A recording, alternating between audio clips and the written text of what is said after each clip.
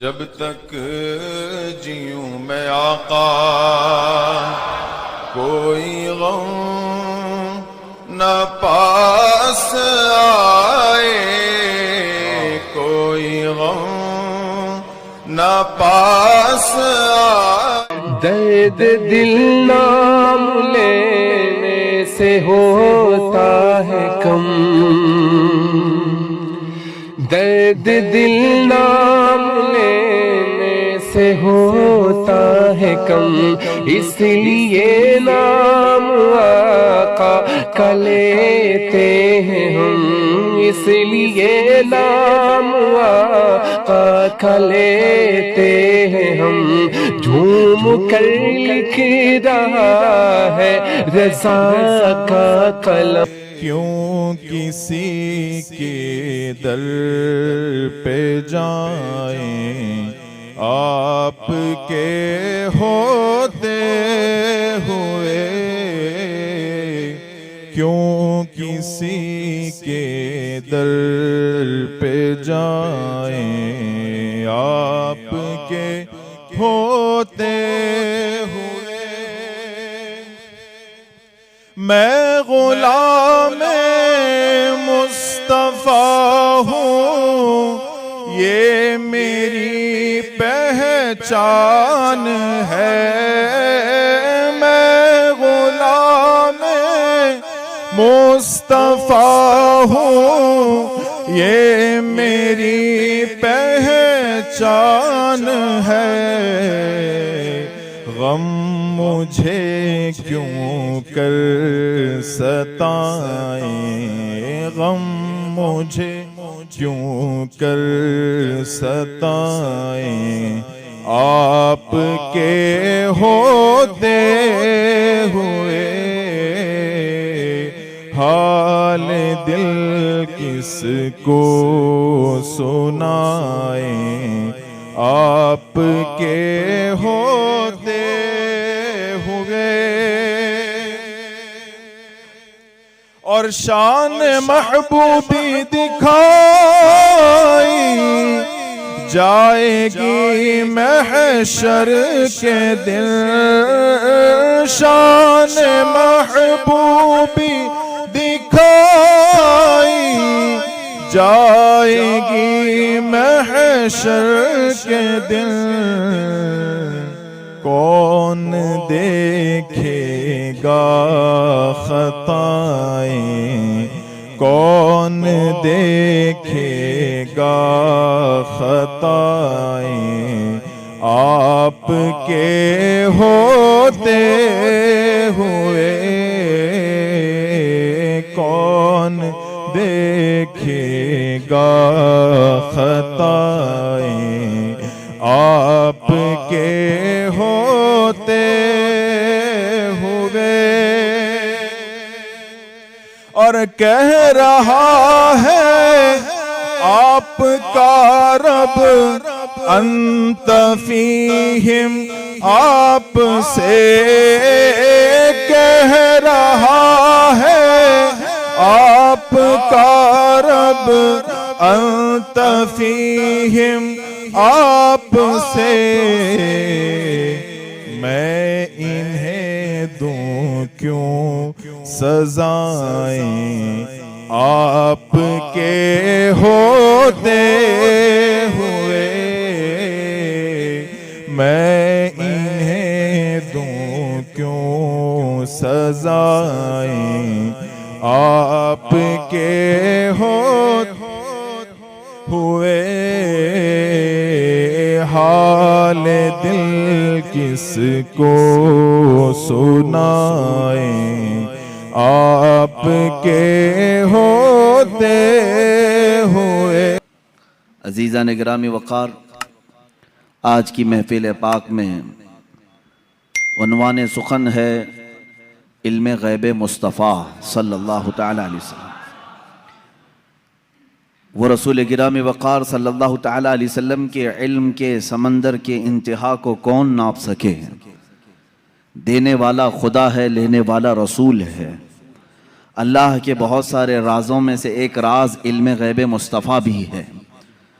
रसूल करीम सल्लल्लाहु ताला अलैहि वसल्लम को कितना इल्म अता हुआ, कितना गैब जानते थे, ये उम्मत का बहस का मौजू नहीं है।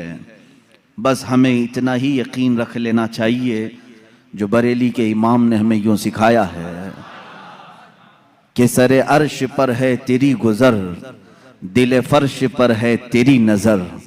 या रसूल अल्लाह, सरे अर्श पर है तेरी गुज़र, दिल फर्श पर है तेरी नज़र।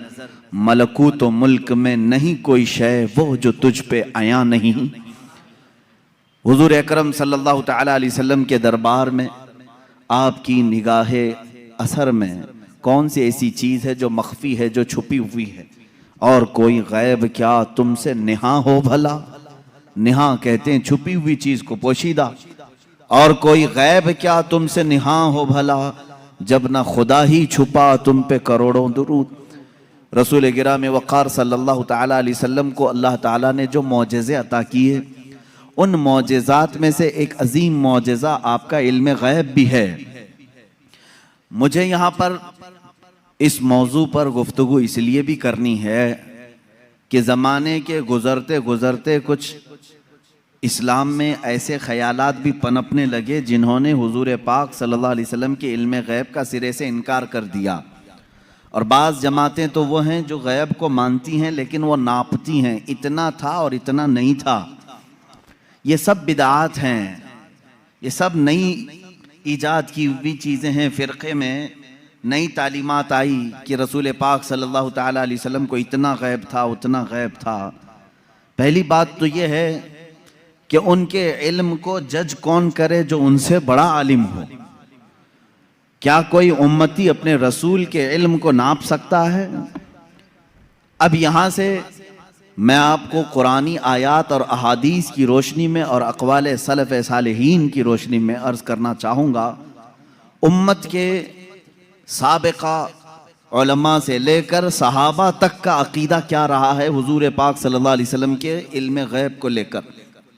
और आज अगर ये हमारे ज़माने में फितने का बाइस बन गया, आपस में झगड़े और निज़ा और जंगो जदाल का बाइस बन गया, तो ये समझने की ज़रूरत है कि ये मसला निकला कहाँ से है। जबकि सहाबा में इस बात पर किसी का इख्तिलाफ नहीं था कि हुजूर को इल्म गैब था कि नहीं था। इस पर कोई डिस्कशन आप हदीस की किताबों में नहीं दिखा सकते कि सहाबा आपस में झगड़ते थे कि हुजूर को इस बात का गैब था कि नहीं था, कभी नहीं। बल्कि सहाबा तो सहाबा हैं, उस ज़माने के जो मुशरिकीन थे, जो काफिर थे, उनका भी अकीदा था कि जो नबी होता है वो गैब की खबरें देता है, उनका भी अकीदा था। बात तो यही है, कई लोग आकर के हुजूर पाक सल्लल्लाहु ताला अलैहि वसल्लम से गैब की खबरें पूछते थे। अगर आप अल्लाह के नबी हैं तो फलां चीज़ बता दीजिए, अगर आप अल्लाह के नबी हैं तो फलां चीज़ बता दीजिए। तो उनका हुजूर के पास आकर के इस तरह सवाल करना, ये इस बात की दलील है कि काफिरों का भी अकीदा था कि नबी गैब की खबरें जानता है। सहाबा की तो बात छोड़ें, सहाबा में तो कभी ये बात डिस्कशन में आई नहीं। लेकिन 14 सदियों के बाद उम्मत इस हाल से गुजर रही है कि इनमें भी कुछ बनाम उलमा ऐसे लोग आए जिन्होंने बाज़ाब्ता फ़िरक़ों की बुनियाद रखी और किताबों में लिख मारा रसूल पाक सल्लल्लाहु ताला अलैहि वसल्लम को पीठ पीछे की खबर नहीं थी या दीवार पीछे का इल्म नहीं था। ये वो बातें हैं जो 1400 साल के बाद बाज़ मौलवी कहलाने वाले हजरात ने लिख दिया या गढ़ लिया और उम्मत को इसी बात पर परेशान कर दिया, जमातें पैदा हो गई। लेकिन मेरे अजीज़ों, हम जो आज तक अकीदे पर हैं, अल्हम्दुलिल्लाह ये वही है जो 14 सदियां पहले सहाबा का अकीदा था। वो अपने नबी कौनैन सल्लल्लाहु ताला अलैहि वसल्लम के मुतालिक क्या अकीदा रखते थे, कुरानी आयात भी इस बात की शाहिद हैं। चंद इनके जो एतराज़ात हैं, मैं आज पूरी इल्मी गुफ्तगू आपसे करूँगा, थोड़ा जहन को तैयार रखें, दलाइल को भी समझें, इसलिए कि सिर्फ सुनी सुनाई बात पर यकीन कर लेना ये सुन्नी की आदत नहीं होनी चाहिए। दलाइल की रोशनी में बात करें। कुरान पाक की जितनी आयात हैं मैं उनके ऊपर आता हूँ, अभी आता हूँ। लेकिन सहाबा का पहले अकीदा क्या है ये तो मैं बता दूँ। हुजूर पाक सल्लल्लाहु ताला अलैहि वसल्लम के पास एक सहाबी हाजिर होते हैं और वो गरीब सहाबी थे। वो घर से ये सोच करके निकलते हैं उनकी वालिदैन का इंतकाल हो चुका था और गुर्बत बहुत ज़्यादा थी, तंगदस्ती थी। वो सहाबी कहते हैं मैं घर से ये निकला कि आज हुजूर पाक सल्लल्लाहु अलैहि वसल्लम से ये दोनों चीज़ों की दुआ करा लूँ। मेरे माँ बाप की मगफिरत की दुआ हो जाए, मेरे माल में बरकत की दुआ हो जाए। वो आए मस्जिद नबवी शरीफ में, लेकिन मामला ऐसा था कि असर के बाद बड़े बड़े सहाबा हुजूर पाक सल्लल्लाहु अलैहि वसल्लम को घेर कर बैठे हुए थे। इनको जाने का मौका ही नहीं मिला और ये कहते हैं मेरी हिम्मत नहीं हो सकी सबसे आगे बढ़ कर के मैं अपना मुद्दा रखूं। मगरिब की अजान हो गई, मगरिब पढ़ाई रसूल करीम सल्लल्लाहु अलैहि वसल्लम ने, फिर जलसा हुआ, लेकिन फिर सहाबा घेर लिए। ये कहते हैं मुझे बात करने का मौका ही नहीं मिला, दूर खड़ा रहा। इशा हो गई, अल्लाह के हबीब सल्लल्लाहु ताला अलैहि वसल्लम इशा के बाद अपने हुजरे की तरफ रवाना हो गए, अपने घर की तरफ रवाना हो गए। इस सहाबी कहते हैं आखिर तक मुझे बोलने का मौका नहीं मिला। सोचा कि दरवाज़ा खुलने से पहले एक बार मौका मिल जाए मैं बात कर लूं। ये सोचते हुए पीछे हाथ बांधे चले जा रहे थे। अल्लाह के नबी सल्लल्लाहु ताला अलैहि वसल्लम आगे आगे चल रहे हैं। दरवाजे के करीब पहुंचे, रसूल करीम सल्लल्लाहु ताला अलैहि वसल्लम पलट करके देखते हैं और उस सहाबी से कहते हैं जा अल्लाह तेरे वालिदैन की मगफिरत फरमा है, अल्लाह तेरी गरीबी और तंगदस्ती को दूर फरमा है। मिली वो मुराद भी जो कह न सका लब से, मेरे सुकूत पर भी मेरे शाह की नजर गई। अजीज़ा ने गिरामी, ये सहाबा का अकीदा था।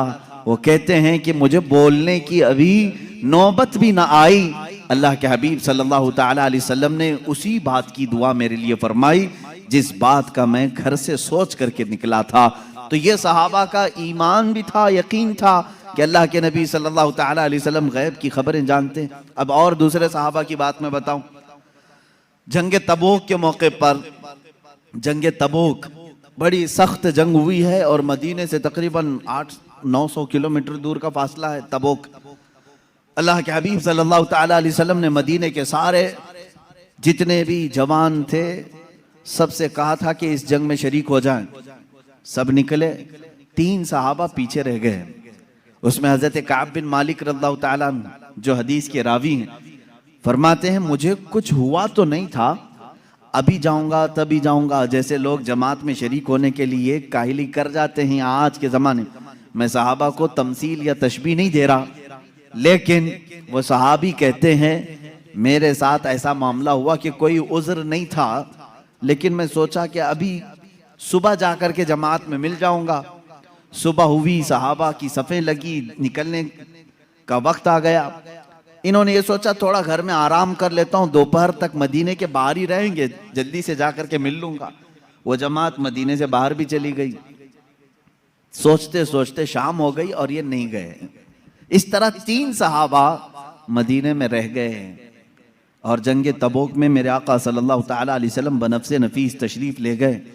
जब जंग का ख़त्म हुई, वहाँ से वापसी हुई, आने के फ़ौरन बाद अल्लाह के हबीब सल्लल्लाहु ताला अलैहि वसल्लम ने इन 3 को तलब किया। अब इनकी बातें सुने। हज़रत काब बिन मालिक हैं इसमें, ये कहते हैं अल्लाह के रसूल सल्लल्लाहु ताला अलैहि वसल्लम ने हमें बुलवाया और हुजूर की आदत करीमा थी, सबसे पहले पूछते थे कोई उज़्र था तुम्हारे पास, ना आने की कोई वजह थी। अब इस सहाबी की बात सुने, कहते मैं चाहता तो कुछ ना कुछ बात गढ़ लेता कि घर का काम काज आ गया था, बच्चे बीमार थे, जायदाद का मसला था, कुछ तो कह देता। हज़रत काब कहते हैं, ये अल्फाज हैं उनके, मैं कुछ बहाना कर ले जाता, लेकिन उसके पास क्या बहाना करूं जो दिलों की हालात भी जानता है, जो दिलों की भी खबर रखता है। वो कहते हैं सहाबी रसूल कि मैं कह दिया कि अल्लाह के नबी आप बेहतर जानते हैं, उज़्र तो कुछ नहीं था, सुस्ती और काहिली ने मुझे दूर रखा। तीनों का यही मामला था। बहरहाल ये मामला अलग है, किसी दूसरे वक्त अर्ज करूं, ये लंबी हदीस है। हुजूर पाक सल्लल्लाहु ताला अलैहि वसल्लम ने उन तीनों सहाबा का बायकाट किया 40 दिन तक। फिर कुरान की आयत नाजिल हुई, उनकी तौबा कबूल हुई, फिर उनको माफ़ किया गया। लेकिन मुझे इससे बयान यही करना था, सहाबा का अकीदा ये है, वो ये कहते हैं हम चाहते तो बहाना कर लेते, लेकिन उनके पास क्या बहाना करें जो दिलों की भी जानते हैं। इसका मतलब ये है कि ये सहाबा उसका उस तरह का अकीदा नहीं रखते थे जो आज के मुल्ला कहते हैं कि पीठ पीछे की खबर नहीं थी, दीवार के पीछे की खबर नहीं थी। वो सहाबी कहते मेरे दिल के हालात वो जानते थे, इसलिए मैं बहाना नहीं कर सका। अजीजा ने गिराम वक़ार, एक दो नहीं कई बातें इस बात की शाहिद हैं और दलील हैं। अल्लाह के हबीब सल्लल्लाहु ताला अलैहि वसल्लम ने गैब की खबरें दी हैं। अब मुझे ये बताएं, नबी जो लफ्ज़ है ये किसी भी दुनिया की डिक्शनरी में जाकर उठाओ, अरबिक लफ्ज़ है ये, नबी अरबिक वर्ड है, इसका तर्जुमा कहीं से भी जाकर के आप देखें, नबी का माना होता है गैब की खबर देने वाला, गैब की खबर देने वाला। इसका डेफिनेशन ही ये है, अगर वो गैब की खबरें ना दे तो फिर नबी कैसा, वो लफ्ज ही उसके ऊपर सूट नहीं करेगा अगर वो गैब की खबर नहीं जानते हों। गैब की खबर से मुराद क्या है मेरे अजीजों? जो जाहिर है हम इसको कहते हैं जाहिरी खबर, और गैब में बहुत सारी चीजें आती हैं, जमीनों का इल्म, आसमानों का इल्म, तुम्हारे नसब का इल्म, तुम्हारे दिलों के अंदर छुपे हुए राजों का इल्म, तुम्हारे घरों में मौजूद खबरों का इल्म, बहुत सारी चीजें आती हैं, ये सब गैब में आती हैं। अब हजरत ईसा अलैहिस्सलाम के मुतालिक कुरान कह रहा है व उब्रिउल अकमह वल अबरस व उहिल मौता बिइज़्निल्लाह व उनब्बिउकुम बिमा ताकुलून व मा तदखिरून फी बुयूतिकुम। हजरत ईसा अलैहिस्सलाम कहते हैं कि मैं तुम्हें वो सब चीजों की बात बता दूंगा, खबर दे दूंगा जो कुछ तुम अपने घरों में बैठकर खाते हो और जो कुछ तुम जमा करते हो। ये कौन कह रहा है? ईसा अलैहिस्सलाम। उनकी जुबान में कुरान बयान कर रहा है। कुरान ये कह रहा है ईसा अलैहिस्सलाम उन तमाम चीजों की खबर देते थे जो लोग अपने घरों में खाते हैं, जो लोग अपने घरों में जमा करते हैं। जब बनी इसराइल के नबी ईसा अलैहिस्सलाम घरों में मौजूद खानों की खबर दे सकते हैं, सैयदुल अंबिया सल्लल्लाहु ताला अलैहि वसल्लम पूरी उम्मत की खबर नहीं रख सकते? अजीज़ा ने गिरामी वक़ार, रसूल गिरामी वक़ार सल्लल्लाहु ताला अलैहि वसल्लम कितना गैब रखते थे कितना नहीं, एक अलग टॉपिक है। मैं आपको इस मसले को निहायत ही अखलाक के साथ, तमीज़ के साथ, तहजीब के दायरे में बताऊंगा, इसलिए कि कभी कभार होता है कि कोई जोश में और जज्बे में इधर से उधर चला जाए, लेकिन मैं बड़े अदब के साथ आपसे अर्ज करूंगा, इल्म गैब का इनकार कहां से आया, क्यों हुआ, और हमारा आज ये मसला क्यों बना। उसकी वजह यह है कि बाज सलफी और वहाबी और उनकी पैरवी में जमाअत देवबंद, जिनके बाज उलमा ने हुजूर पाक सल्लल्लाहु ताला अलैहि वसल्लम के कुछ इल्म गैब का इनकार किया, उनकी किताबों में मौजूद है। अब यहीं से ये मसला निकला, उनके इस मज़ऊमा बातिल अकीदे के ऊपर इमाम अहले सुन्नत फाजिल बरेलवी रहमतुल्लाह ताला अलैह ने पूरी किताब तसनीफ फरमाई, अद्दौलतुल मक्किया बिल माद्दतिल गैबिया, जिसमें तकरीबन 200 दलाइल से साबित किया है कि हुजूर पाक सल्लल्लाहु ताला अलैहि वसल्लम को मा काना व मा यकून का इल्म था, जो कुछ हो चुका और जो कुछ होने वाला है सबका इल्म था, सबका इल्म था। अब अगर हुजूर पाक सल्लल्लाहु ताला अलैहि वसल्लम के इल्म गैब के मुतालिक आप डिस्कशन में आ जाएं, तो अब मैं आपको बताता हूं, आपको किसने बताया कि इंसान अव्वल कौन था? दुनिया में सबसे पहले कौन आया? ये सबको मालूम है कि नहीं? आदम अलैहिस्सलाम है, वो सबसे पहले नबी थे, सबसे पहले रसूल थे। अब इससे पहले भी अगर जाएं, आदम अलैहिस्सलाम को पैदा कैसे किया गया? आदम अलैहिस्सलाम जन्नत में रहे, जन्नत से फिर दुनिया में भेजे गए, उनकी पैदाइश के मामलात, उनके दुनिया में आने के मामलात, फिर सैयदना नूह अलैहिस्सलाम ने तबलीग फरमाई 950 साल, उसके बाद और भी अंबिया इकराम अलैहिस्सलाम के वाक़यात, ये सब बातें आपको बताई किसने? किसने खबर किया? कौन बताया आपको? सबका नुक्ता इत्तिहाद तुम्हारे यहाँ जमा होगा मुहम्मदुर रसूलुल्लाह सल्लल्लाहु अलैहि वसल्लम। अगर अल्लाह के रसूल सल्लल्लाहु ताला अलैहि वसल्लम ना बताते तो न तुम्हें आदम अलैहिस्सलाम की खबर थी, न तुम्हें नूह अलैहिस्सलाम की खबर थी, न तुम्हें इब्राहीम और इस्माइल अलैहिस्सलाम की खबरें थी, न तुम्हें हज़रत यूसुफ अलैहिस्सलाम के वाक़यात मालूम थे। कुरान जो कुछ भी बयान हुआ है वो मुस्तफ़ा की जुबान से तो बयान हुआ है, मेरे आका सल्लल्लाहु ताला अलैहि वसल्लम के जुबान से बयान हुआ है।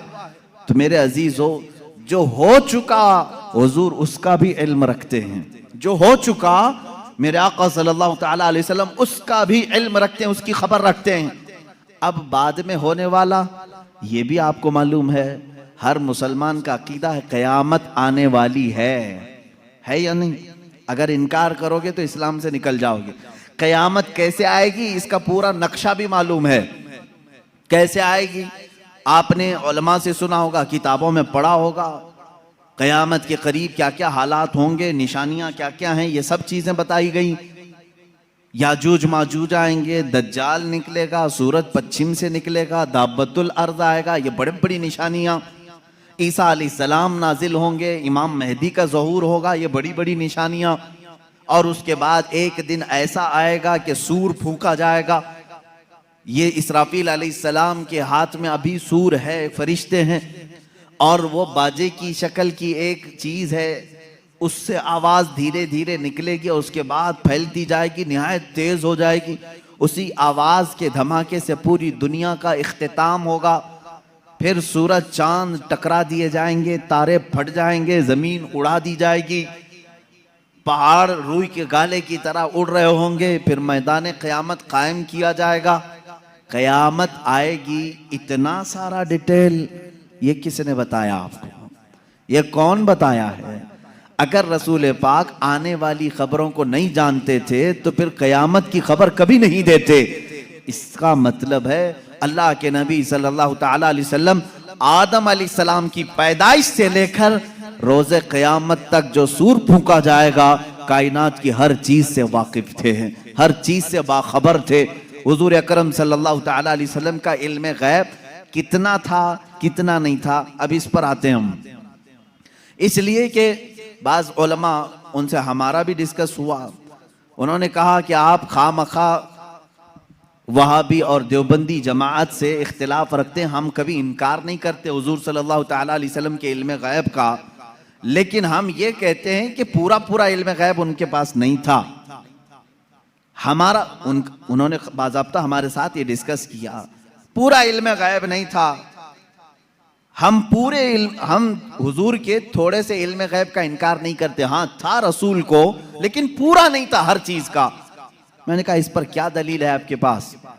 उन्होंने कहा बाज़ मकामात पर हुजूर ने कहा है मुझे मालूम नहीं, बहुत सारे ऐसे मकामात हैं वाक़या हो गया, हुजूर को उसकी खबर नहीं रही। इसका मतलब है हुजूर को पूरे इल्म गैब का पूरा इल्म गैब नहीं था, थोड़ा सा तो था, हम इसका इकरार करते हैं। मेरे अजीज़ों, जवाब सिर्फ इतना ही है कि चलो मियाँ, हम और आप बैठते हैं, हम ये लिखते हैं कि हुजूर का क्या क्या इल्म गैब था, और आप ये लिखो कि हुजूर को किस किस चीज़ का नहीं था। मुबारक हो तुम्हें, तुम हुजूर के इल्म गैब की नफी पर लिखते जाओ, और हम हुजूर के इल्म गैब के इस बात पर लिखते जाएंगे कि अल्लाह के नबी सल्लल्लाहु ताला अलैहि वसल्लम को किन किन चीज़ों की खबर थी और तुम किन किन चीज़ों की नहीं थी, इस पे लिखो। और उसके बाद मातम करो अपनी जिंदगी पर कि अल्लाह ने तुम्हें किस तरह की ये ड्यूटी लगाई कि नबी कौनैन का नक्श निकालने पर पूरी जिंदगी लगा दी। हुजूर पाक के सल्लल्लाहु ताला अलैहि वसल्लम के मर्तबे को कम करने के लिए तुम्हें ड्यूटी लग गई, तुम इस चीज पर तैयार हो गए। अजीज़ान गिरामी वक़ार, पहले ये तो मुझे बताएं कि कौन है जो ये इंसाफ करेगा, इतना था इतना नहीं था, कितना था? क्या तुम नबी के जमाने में हो? हुजूर पाक सल्लल्लाहु ताला अलैहि वसल्लम से तुमने कुछ पूछा है इस बारे में? चलो, अगर 100 चीजों का इल्म था हुजूर सल्लल्लाहु ताला, या इल्म गैब अगर 100 को कहते हैं तो तुम बताओ हुजूर के पास 70 था कि 75 था कि 80 था कि 82 था? कोई हद है तुम्हारे पास? नहीं बता सकेंगे, मेरा चैलेंज है। वो कहते हैं बाज का था। अरे मियाँ, वो बाज की भी तो तहदीद कर दो, बाज का मतलब क्या है? नहीं, बाज का इल्म गैब था। आज भी वो कहते हैं हुजूर को बाज चीजों का इल्म गैब था। मैं यही कहता हूं वो बाज कितना था ये आप मुतय्यन करके बता दो। चलो 30% था, 40% था, परसेंटेज नहीं बयान कर सकेंगे। जहां उन्होंने उंगली रख दी कि इतना था, तो फिर वो इस्लाम में ज्यादती करने वाले बन जाएंगे और खारिज इस्लाम हो जाएंगे। हुजूर के इल्म को उन्होंने अगर घेर दिया, इतना था। अब हमसे वो पूछते हैं, चलो ठीक है हम नहीं बताते कितना परसेंट था, आप ही बताओ कितना था। हम कहते हैं अल्लाह के बाद अगर कोई इल्म है तो रसूल पाक के बाद, तो अल्लाह का नापो, उसके बाद पता चल जाएगा। अल्लाह रब्बुल इज्जत का जो इल्म है, उसके बाद अल्लाह ने अगर किसी को इल्म अता किया है तो अपने रसूल को अता किया। यह हमारा अकीदा है। अब हमें मालूम नहीं अल्लाह का इल्म कितना है, अब हमको वो असल मालूम नहीं, तो फिर जिसको अता किया उसका क्या हम हिसाब कर सकेंगे।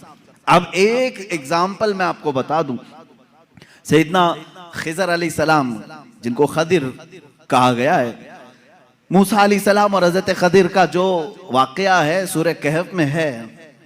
उन्होंने खुद कहा है कि मुझे बाज चीजों की हिकमत दी गई। हजरत मूसा अलैहिस्सलाम हजरत खिजर से मिलने के लिए गए थे, मालूम होगा आपको वाकया। मूसा अलैहिस्सलाम अपने ज़माने के जलीलुल क़द्र पैगंबर है। आपने अल्लाह की बारगाह में दुआ की कि अल्लाह, जो इल्म और हिकमत से भरा हुआ तेरा बंदा है, मुझे उससे मुलाकात करा। अल्लाह ने फरमाया, एक मछली भून करके ले चलो, समंदर के किनारे किनारे चलते रहो, जहां ये मछली जिंदा होकर समंदर में चली जाए वहां मेरे उस बंदे से तेरी मुलाकात होगी। कुरान पाक में ये मौजूद है सूरह कहफ में। मूसा अलैहिस्सलाम अपने गुलाम के साथ लेकर चलते रहे, एक जगह आराम करने के लिए आप रुके, सो गए, मछली वहीं जिंदा हुई, भुनी हुई मछली, तली हुई मछली जिंदा हुई और समंदर में कूद गई। गुलाम ने खबर नहीं किया, उठाया नहीं। मूसा अलैहिस्सलाम आराम फरमा रहे थे, फिर जब बेदार हुए तो गुलाम भूल गए, आगे चल पड़े। मूसा अलैहिस्सलाम को भूख की शिद्दत हुई तो आपने कहा लाओ वो मछली खा लेते हैं, अब लंबा सफर नहीं होगा। तब गुलाम ने कहा वो मछली वहीं उछल कर चली गई थी जहां आप आराम कर रहे थे। वाकया तवील है। वापस मूसा अलैहिस्सलाम वहां आए तो देखा एक सफेद पोश बुजुर्ग थे, उन्होंने आपका नाम लेकर के आपको सलाम किया, मुलाकात हुई। हजरत मूसा अलैहिस्सलाम ने उनसे कहा कि मैं आपके साथ कुछ दिन रहना चाहता हूं। उन्होंने कहा तुम मेरे साथ नहीं सब्र कर सकोगे। मूसा अलैहिस्सलाम ने कहा रहूंगा। उन्होंने एक शर्त रखी, मैं जो भी काम करूं उस पर पूछना मत कि ऐसा क्यों किया। मूसा अलैहिस्सलाम इस पर पाबंदी के साथ चलते रहे। 3 वाकयात कुरान में बयान किए गए। कश्ती पर बैठे और वो कश्ती वाला फ्री में बिठाया दोनों को, मूसा अलैहिस्सलाम और हजरत खिजर को। आप हजरत खिजर उसकी कश्ती को फाड़ने लगे। मूसा अलैहिस्सलाम ने कहा कि ये फ्री में बिठाया है, उसकी कश्ती को आप फाड़ रहे हैं। उन्होंने जलाल का इजहार किया, कहा मैंने कहा था आप मेरे किसी काम पर ना सवाल करें। आपने कहा आइंदा नहीं किया जाएगा। कश्ती से उतरे, एक मकाम पर गए, एक गांव में कुछ बच्चे खेल रहे थे, उसमें खूबसूरत बच्चा था, उसको पकड़ करके उन्होंने मार दिया हजरत खिजर ने। मूसा अलैहिस्सलाम ने फिर पूछा कि आपको यही बच्चा मिला था, इसको आपने मार दिया। उन्होंने फिर कहा, आपने फिर पूछा।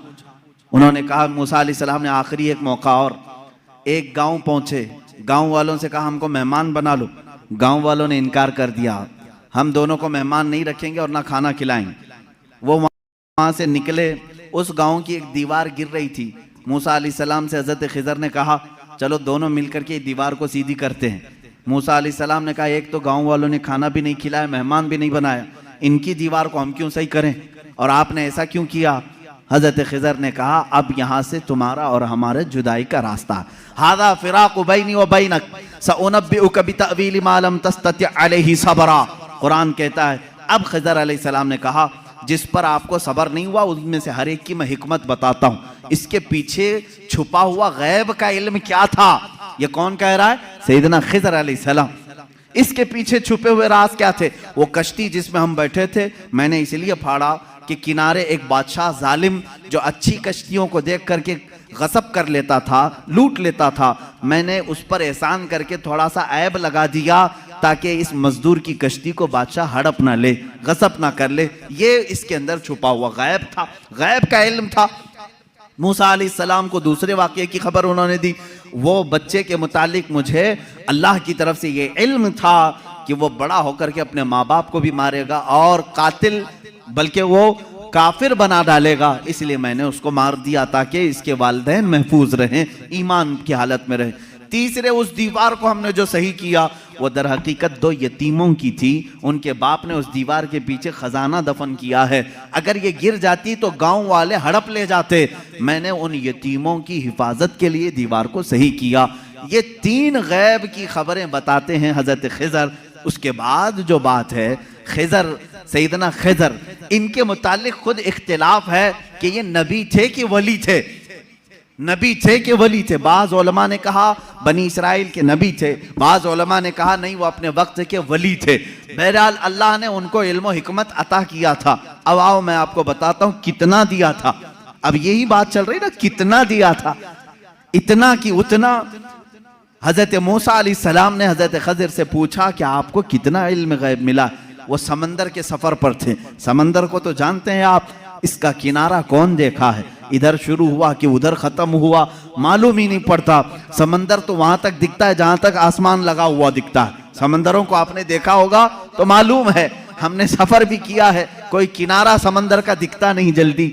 हजरत खिजर उस वक्त कश्ती में बैठे हुए हैं मूसा अलैहिस्सलाम के साथ। एक चिड़िया उड़ती हुई आई, बैठी, उसने चोंच मारा और समंदर से कतरा पानी पी और उड़कर चली गई। हजरत खिजर कहते हैं इल्मे इलाही की मिसाल समंदर की तरह है, और चिड़िया ने जितना कतरा पानी उसमें से पिया उतना भी मुझे नहीं मिला है। ये कौन कह रहा है? सैयदना खिजर, बनी इसराइल के नबी, जिनके गैब की खबरें मूसा अलैहिस्सलाम को बताई गई, उतना इल्म था उनके पास जो चिड़िया समंदर के कतरे में, समंदर में से जितना पी ले। मेरे अजीजों, अब यहाँ से कितना और इतना का अंदाजा वही कर सकेगा जो इल्म इलाही को नापा होगा। अल्लाह का इल्म कितना है। अब यहाँ रसूल करीम सल्लल्लाहु ताला अलैहि वसल्लम के दरबार में आते हैं। अगर आप सवाल करते हैं कितना था कितना नहीं था, तो ये मसला हम डायरेक्ट अल्लाह से क्यों ना पूछ लें? ऐ मौला, अता करने वाला तू है, लेने वाला तेरा रसूल है, तू ही बता दे कितना इल्म था। कुरान के पाक की आयत आप 4 पारे में पढ़ें, 5वें पारे में पढ़ें। अल्लाह रब्बुल इज्जत फरमाता है वअल्लमका मा लम तकुन तअलम व कान फज़लुल्लाहि अलैका अज़ीमा। ऐ रसूल, हमने आपको इल्म गैब कितना दिया, कितना दिया? फरमाता है मेरा मौला, ऐ रसूल, हर उस चीज का इल्म दिया जो आप पहले नहीं जानते थे। अब क्या क्या नहीं जानते थे तुम तय करो, फिर मैं बताता हूं। हर उस चीज का इल्म अल्लाह ने उन्हें दिया है। तुम अगर कहते हो रसूल ये नहीं जानते थे, तो मौला तो कह रहा है जो रसूल नहीं जानते थे मैंने दे दिया है। तुम अगर कहोगे हुजूर बचपन की खबरें नहीं जानते थे, मैं कहूंगा अल्लाह वो भी दिया है। तुम अगर कहते हो पहले की खबर नहीं जानते थे, मैं कहूंगा अल्लाह कह रहा है वो नहीं जानते थे, वो भी दिया है। तुम कहते हो क़यामत के बारे में रसूल नहीं जानते थे, अच्छा है, तुम जितने नहीं जानते थे वाले वर्ड्स लाओगे, कुरान की आयत के नीचे अल्लाह ने वही फरमाया वअल्लमका मा लम तकुन तअलम। ऐ रसूल, जो जो नहीं जानते थे सब मैंने दे दिया है, जो जो नहीं जानते थे।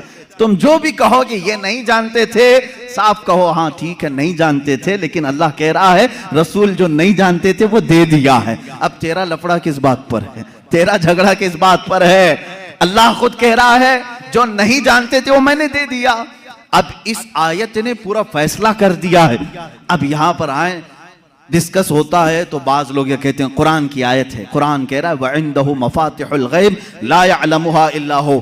अल्लाह के पास गैब के खजानों की चाबियां हैं, कोई दूसरा नहीं जानता। एक आयत है। दूसरी आयत जो ये पढ़ करके हमें सुनाते भी हैं सल्फी और कहते हैं तुम रसूल को इल्म गैब कहते हो, कुरान कह रहा है कुल ला अक़ूलु लकुम इंदी खज़ाइनुल्लाहि वला अअलमुल गैब। ऐ रसूल आप फरमा दे मेरे पास अल्लाह के खजाने नहीं और मैं गैब नहीं जानता। यह आयत में साफ है और मैं चुरा करके नहीं जाऊंगा, साफ पढ़ करके जाता हूं। जो इनके एतराजात हैं, कहते हैं कि रसूल को अल्लाह ने खुद कह दिया ऐ रसूल आप कह दे मैं गैब नहीं जानता। रसूल ने कहा उम्मत से 2 चीजें ये बताते हैं, इंदहु मफातिहुल गैब ला यअलमुहा इल्ला हु।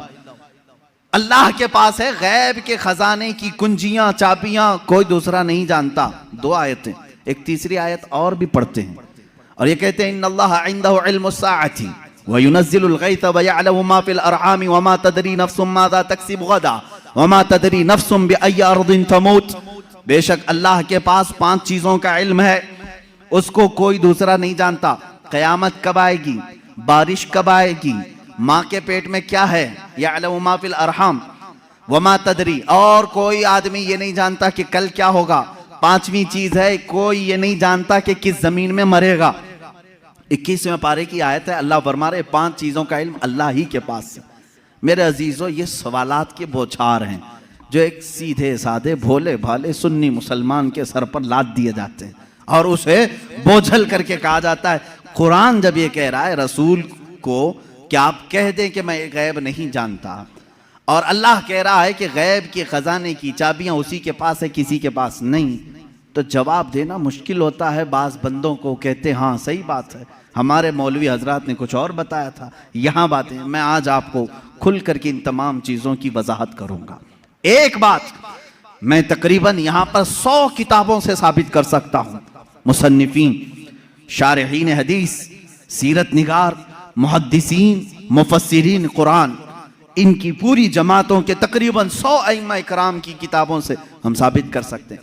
इन सारी आयतों में अल्लाह ने जो फरमाया है कि किसी के पास नहीं, इसका मतलब क्या है, गैब के खजानों की चाबियां किसी के पास नहीं। मेरे अजीज, उससे कहो हम भी यही मानते, अल्लाह के सिवा किसी के पास नहीं।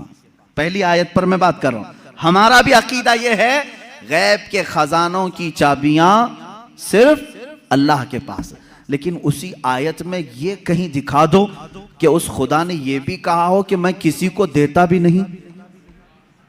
इस आयत में मुझे ये दिखा दो। ये तो मैं भी मानता हूं कि अल्लाह ने फरमाया गैब के खजानों की चाबियां सिर्फ उसी के पास हैं, मालिक वही है। लेकिन क्या उसने इस आयत में यह भी कहा कि मैं ये किसी को देता ही नहीं? ये मुझे बता दो। कहीं कहा अल्लाह ने मैं किसी को देता ही नहीं? लेकिन मैं तुम्हें बताता हूं, अल्लाह दूसरी जगह फरमा रहा है, वमा कान अल्लाहु लियुत्लिअकुम अलल गैब वलाकिन्नल्लाह यज्तबी मिन रुसुलिही मन यशा।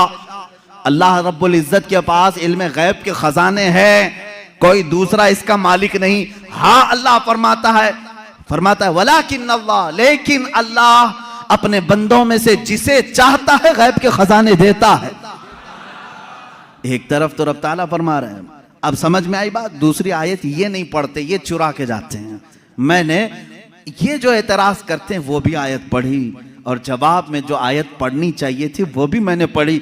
अल्लाह ने फरमाया बिल्कुल सच है, हमारा अकीदा भी यही है, गैब के खजानों की चाबियों का मालिक सिर्फ अल्लाह है। लेकिन उसने कहीं कुरान में ये नहीं कहा कि मैं ये चाबियां किसी को नहीं देता, कहीं कहा अल्लाह ताला ने, बल्कि रसूल से पूछते हैं। मेरे आका सल्लल्लाहु ताला अलैहि वसल्लम खुद फरमाते हैं, हदीस पाक है, सही हदीस है, उअतीतु मफातीह खज़ाइनिल अर्द। मेराज की रात आपको अल्लाह ने क्या क्या दिया? हुजूर फरमाते हैं, मुझे जमीन के सारे खजानों की चाबियां अल्लाह ने दी। रब है मोती ये है कासिम, रिज़्क़ उसका है खिलाते ये हैं। टेंशन तीसरे को क्यों है? तकलीफ तीसरे को क्यों है? अल्लाह फरमा रहा है देना चाहे वो अपने बंदों में से जिसको चाहे दे दे। एक आयत ये है। अब दूसरी बात, आप ऐ रसूल फरमा दें कि मैं गैब नहीं जानता। एक आयत ये भी पढ़ करके बता, देखो 7वें पारे में है, अल्लाह ने फरमाया ऐ रसूल आप कह दें मैं गैब नहीं जानता। इसका मतलब क्या है? जब रसूल खुद फरमा रहे हैं मैं गैब नहीं जानता। अजीज़ान गिरामी वक़ार, हर आयत का पस मंज़र देखना होगा कि आयत क्यों नाजिल हुई, किस मकाम पर नाजिल हुई। अजीज़ान गिरामी वक़ार, रसूल करीम सल्लल्लाहु ताला अलैहि वसल्लम के लिए कोई ये अकीदा न गढ़ ले कि जैसे खुदा का इल्म है वैसे रसूल का भी इल्म है। ये शिर्क हो जाएगा। किसी सुन्नी का ये अकीदा है? क्या आप रसूल को खुदा के बराबर समझते हैं? रसूल का इल्म खुदा के इल्म के बराबर है? नहीं। अल्लाह का इल्म उसका अपना जाती इल्म है, और रसूल का जो इल्म है वो अता किया हुआ है। खुदा को किसी ने अता किया, लेकिन रसूल को अल्लाह ने अता किया है।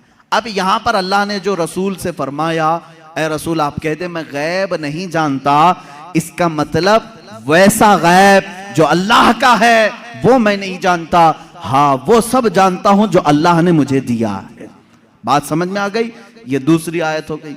तीसरी आयत, जो 5 चीजों का इल्म अल्लाह के पास है, वो कौन कौन सी 5 चीजें मैंने बता दिया। कयामत कब आएगी, माँ के पेट में क्या है, बारिश कब आएगी, कौन कहाँ मरेगा, और कल क्या होने वाला है। ये 5 चीजें 21वें पारे में अल्लाह ने फरमाया।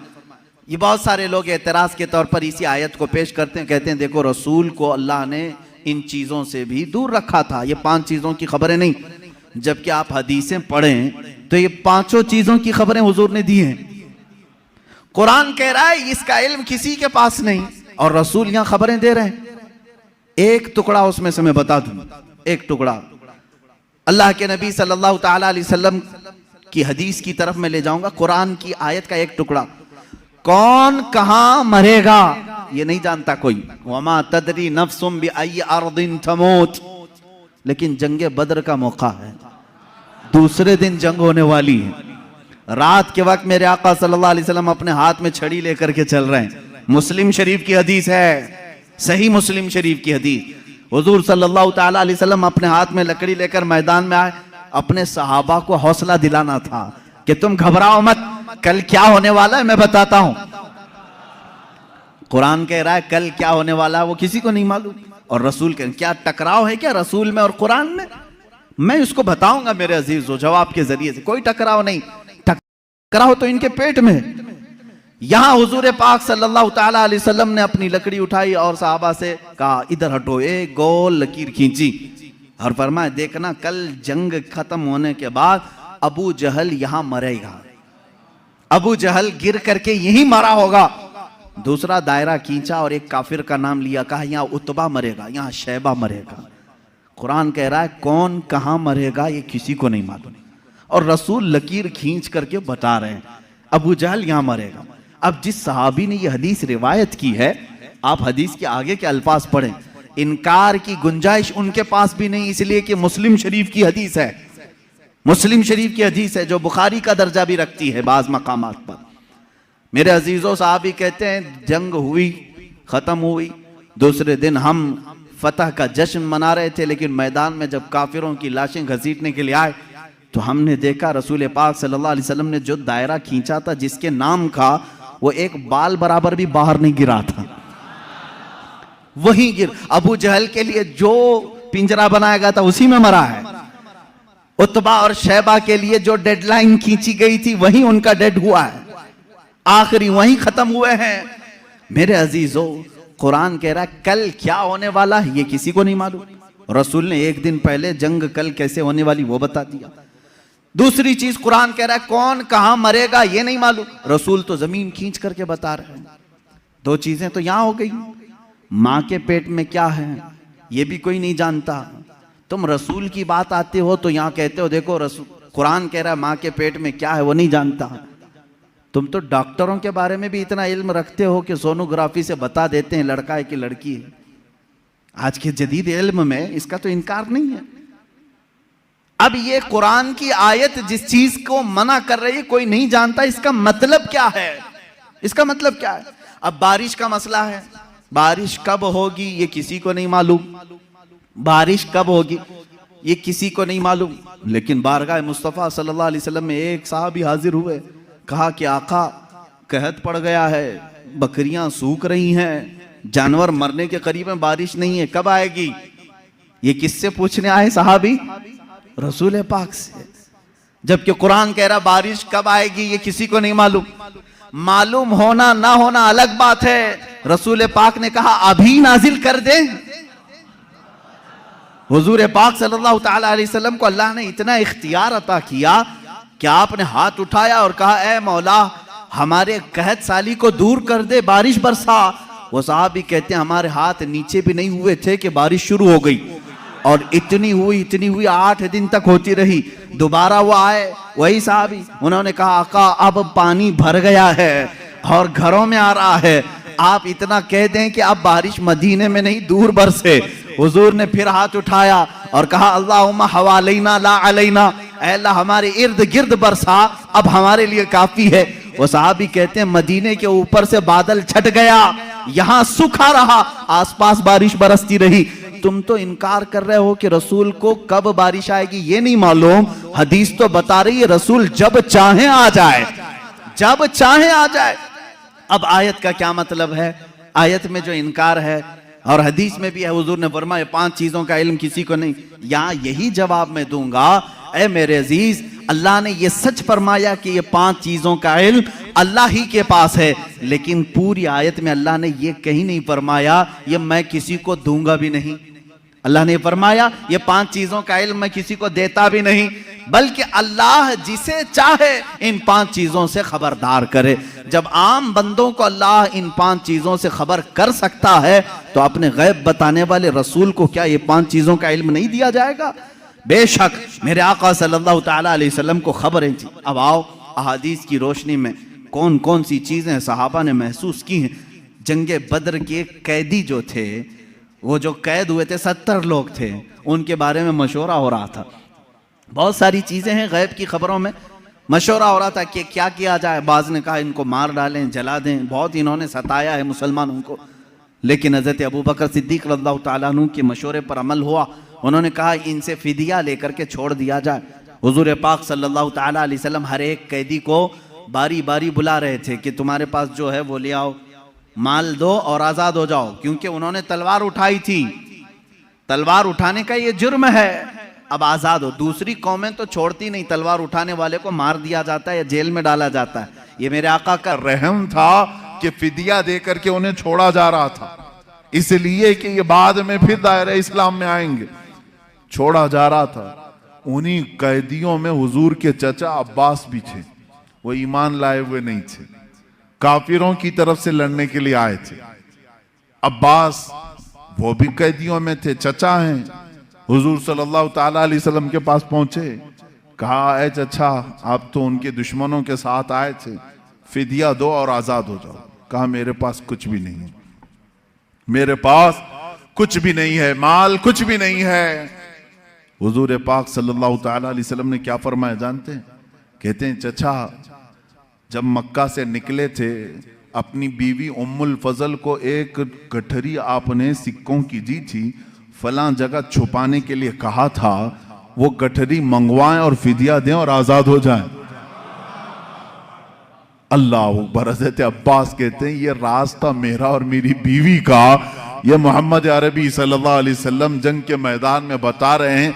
चचा आप घर से निकलते वक्त जो पैसों की थैली अपनी बीवी को सुपुर्द करके आए थे और कहा था फलां जगह छुपा के रखना, किसी को बताना मत, हुजूर ये तक बता रहे हैं। हजरत अब्बास ने कहा मैं फिदिया तो लाऊंगा लेकिन पहले कलमे तैयबा भी पढ़ लूंगा। दायरा इस्लाम में आई हजरत अब्बास रज़ियल्लाहु ताला अन्हु हुजूर सल्लल्लाहु ताला अलैहि वसल्लम पर ईमान लाए। मेरे अजीजों उनका तो ये अकीदा था कि रसूल हमारे घरों में छुपी हुई चीजों को भी जानते। जंगे बद्र में आए हुए और भी जंगे बद्र ही से मुतालिक बड़ी नफीस बात है, हदीस है। जंगे बद्र में जो कुफार और मुशरिकीन आए थे, इसमें कई गैब छुपे हुए हैं, कई गैब जिनकी खबरें हुजूर सल्लल्लाहु अलैहि वसल्लम ने दी। खत्म हुई, इसमें काफिरों को भारी नुकसान हुआ था, बड़ा नुकसान हुआ था। ये तो मालूम है कि सिर्फ 14 सहाबा की वफात हुई, शहादत हुई, बाकी 70 उनके मारे गए, 70 कैदी बनाए गए, पूरा माल वो छोड़ के भागे थे जो 1000 की तादाद में आए थे और इधर 313 ही थे। उसके बाद वो इसी गम में पेचो खम खा रहे थे, गलता पेचा थे मक्का के लोग, यानी हसद में जल रहे थे। उनमें से एक शख्स था सफवान, उसके बाप को कत्ल कर दिया गया था मैदान बद्र में, उमैया बाप मार दिया गया। जब लोग जाकर के वाकयात सुना रहे थे, वो बहुत मालदार आदमी था सफवान, बहुत गम में आ गया कि मेरे बाप इतने बड़े आदमी सरदार कुरैश को मोहम्मद के साथियों ने कत्ल कर दिया। गम और गुस्से में, गैज में वो जल रहा था। उसी की कैटेगरी का एक और शख्स उमैर बिन वहब, उमैर बिन वहब इनका बेटा कैदी बन करके हुजूर के पास गिरफ्तार हो चुका था। एक का बेटा कैदी बना है, एक का बाप मारा गया है। दोनों सेम कैटेगरी के हो गए, दोस्ती जल्दी होती है। ऐसे दोनों का जब मैटर सेम हो तो दिल की बातें शेयर होती रहती हैं। उमैर बिन वहब सफवान बिन उमैया के पास आए, हतीम काबा के अंदर, खाना काबा के हतीम के अंदर बैठे। उमैर बिन वहब ने कहा मेरे पास तो कुछ है नहीं, माल और दौलत, लोगों के कर्जे बड़े हुए हैं और हर कोई कर्जा मांगने आता है, ऐसे में मेरे बेटे को मोहम्मद ने कैद कर लिया है, क्या करूं।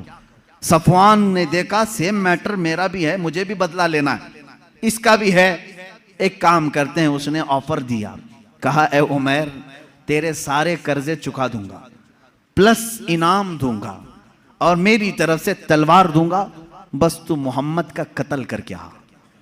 सल्लल्लाहु तआला अलैहि वसल्लम दोनों खुफिया मीटिंग करते हैं खाने काबा की हतीम में बैठकर, और उसके बाद सफवान ने अपनी तलवार को जहर में बुझाकर आग में तपा करके कि किसी को थोड़ा जख्म भी दे दिया जाए तो मर जाए, इतनी जहरीली तलवार उमैर बिन वहब के हाथ में थी।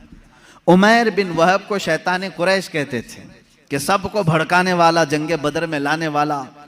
उमैर बिन वहब ये जहरीली तलवार लेकर मदीने आए। मदीने जिस वक्त ये पहुंचा, यहाँ हालात कैसे थे? मस्जिद नबवी के अंदर वो कैदी बंधे हुए थे, हुजूर पाक सल्लल्लाहु तआला अलैहि वसल्लम अंदर हैं, हज़रत उमर फारूक रज़ियल्लाहु तआला अन्हु चंद सहाबा के साथ पहरा दे रहे थे, और हज़रत उमर जहाँ खड़े हों किसकी मजाल है कि अंदर जाए। जब वो करीब आया, अभी करीब आ रहा था उमैर बिन वहब, हज़रत उमर बिल्कुल चौंक गए और उसके बाद अपने साथियों से कहा खुज़ू हाज़ल कल्ब, पकड़ो इस कुत्ते को, ये आया क्यों है मदीना, ये बदर में दुश्मन बन करके आया था, ये अल्फाज है हदीस पाक में। कहा इस कुत्ते को पकड़ो जो पूरे लोगों को भड़का करके बदर में ले आया था, और झपट पड़े उस पर और उसके गले में रुमाल डाल करके उसको फंदा बना लिया। कहा क्यों आया है? कहा नहीं बस बेटे से मिलने आया था, बेटे से मिलने आया था, मेरा बेटा कैदी हुआ है तुम्हारे यहाँ, देखूं तो कुछ हाल चाल पूछ लूं इसलिए आया हूं। तो हज़रत उमर ने कहा इसको पकड़े रहो, पहले मैं इजाजत तो ले लूं रसूल पाक से। अंदर गए, कहा या रसूल अल्लाह सल्लल्लाहु तआला अलैहि वसल्लम, उमैर बिन वहब आया है, कुरैश का वो भड़काने वाला आदमी जो जंग बदर में सारे लोगों को उकसा रहा था, और मुझे लगता है उसकी नीयत सही नहीं है। कौन कह रहा है?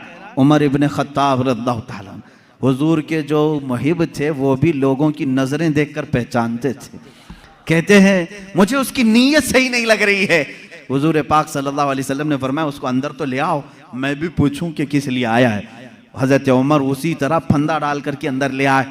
रसूल करीम सल्लल्लाहु तआला अलैहि वसल्लम ने बात करना चाहिए, उसकी हलक में अटक रहा था।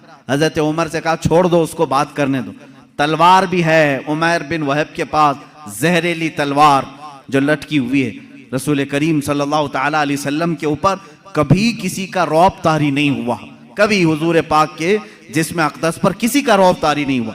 निहायत ही संजीदगी के साथ अल्लाह के नबी सल्लल्लाहु तआला अलैहि वसल्लम ने पूछा ए उमैर क्यों आना हुआ मदीने? उसने कहा बेटे की खैर खैरियत के लिए आया हूँ, मेरा बेटा कैदी बन करके आपके यहाँ आया है। हुजूर ने फरमाया नहीं, ये मकसद नहीं होगा तेरा, ये मकसद तो नहीं होगा, सच सच बता।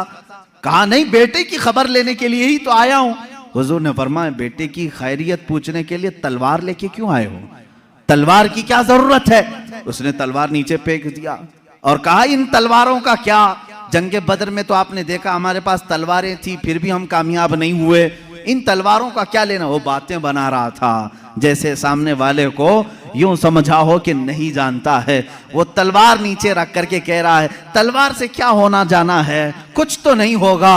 हुजूर पाक सल्लल्लाहु तआला अलैहि वसल्लम जलाल में कहा उमैर बिन वहब चुप हो जाओ, वो बात बताओ जो मक्का के हतीम में बैठकर सफवान के साथ तुम करके आए हो। हतीम काबा के अंदर बैठ करके तुमने जो सफवान के साथ डीलिंग की है, मुआहिदा किया, वो बात बताओ। ये रसूल पाक सल्लल्लाहु अलैहि वसल्लम ने जैसी कहा, उमैर बिन वहब कहता है मेरे बदन में राशा तारी हो गया, कपकपी तारी हो गई, इसलिए कि ये बात मेरे और सफवान के दरमियान राज थी। मक्का में तीसरा कोई नहीं जानता था, मदीने में बैठा हुआ ताजदार मदीना मेरी खबर दे रहा है। उमैर बिन वहब ने कहा अशहदु अन्नका मुहम्मदन रसूलुल्लाह, मैं गवाही देता हूं कि आप अल्लाह के सच्चे रसूल हैं। तलवार छोड़ दी, ईमान ले आए। हजरत उमर ने गले से गले लगा लिया और उसके बाद बाहर आकर के कहते हैं सहाबा से, ऐ लोगों पहले मुझे ये शख्स खिंजीर से ज्यादा नापसंद था, लेकिन ईमान लाया है, अब मुझे मेरे अजीज बेटे से ज्यादा महबूब है। ये ईमान की अलामत भी है। अल्लाह के नबी सल्लल्लाहु ताला अलैहि वसल्लम ने वो खबर दी जो हतीम काबा में बैठ करके वो राज़ो नियाज से बातें कर रहे थे। इसलिए मेरे अजीजों, जब आप अपने घर में तन्हाई में बैठ करके याद करें, इस यकीन के साथ याद करो कि मेरा नबी सुन रहा है, मेरे आका को इसकी खबर है। अब रही बात, वो जिंदगी में जानते थे, बादे वफात भी जानते हैं। ये भी दलील हमारे पास। पहले हम जिंदगी ही की बात कर लें, जाहिरी जिंदगी की। अल्लाह के नबी सल्लल्लाहु ताला अलैहि वसल्लम के साथ एक बार नहीं कई मरतबा ये मामला आता है। जंगे मौता ये जॉर्डन की सरजमीन पर है, उर्दुन, जिसको अरबी में उर्दुन कहते हैं, इंग्लिश में जॉर्डन। जंगे मौता ये एक बड़ी खतरनाक जंग हुई है सहाबा के साथ। उसमें रसूल करीम सल्लल्लाहु ताला अलैहि वसल्लम शरीक नहीं थे, मदीना तैयबा में थे चंद सहाबा के साथ। इसमें सहाबा गए, हजरत जाफर तैयार अल्लाह ताला सिपह सालार बन करके गए थे।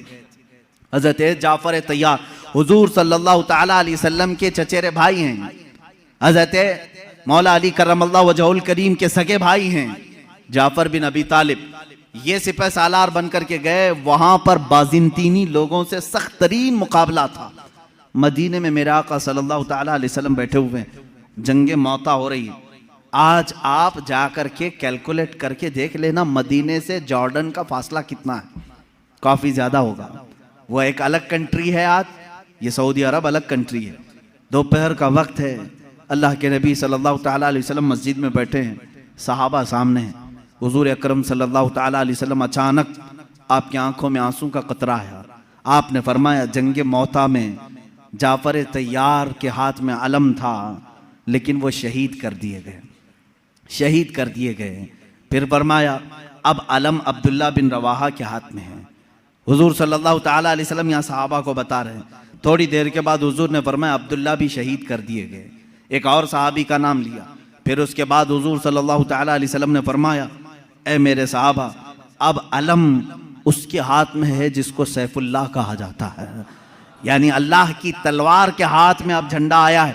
कौन है? खालिद बिन वलीद के हाथ में है। अल्लाह रब्बुल इज्जत खालिद बिन वलीद के हाथ में फतह रखा है। उसके बाद शाम हुई, सहाबा इकराम को हुजूर ने बशारत दे दी, खुशी मनाओ कि जंगे मौता में इस्लाम को फतह नसीब हुई, मुसलमान गालिब आए।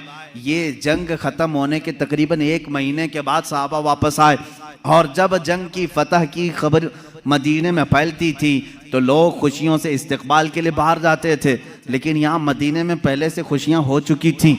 1 महीने के बाद वो सहाबा आए और वह आकर के हालात बयान करना चाह रहे थे। सहाबा ने कहा, रुको रुको, हम खुद बताते हैं जंगे मौता में क्या क्या हो रहा था। वो कहते हैं, क्या पहले झंडा जाफर अबी तालिब के पास नहीं था? कहा हाँ था। वो शहीद हो गए, उनके बाद अब्दुल्ला के पास था? कहा हाँ था। कहा उनके बाद जैद बिन हारसा के पास था? कहा हाँ उनके पास था। फिर झंडा खालिद बिन वलीद के हाथ में आया और फतह हो गई। वो सहाबा कहते हैं, हम लड़ने के लिए गए थे, तुम मदीने में बैठे थे, खबरें तुम दे रहे हो। उन सहाबा ने कहा, हाँ बात हमारे इल्म गैब की नहीं, रसूलुल्लाह के इल्म गैब की है। जिस वक्त तुम जंग के मैदान में थे, अल्लाह के नबी पूरे मौता जंग का नक्शा हमें मदीने में बता रहे थे।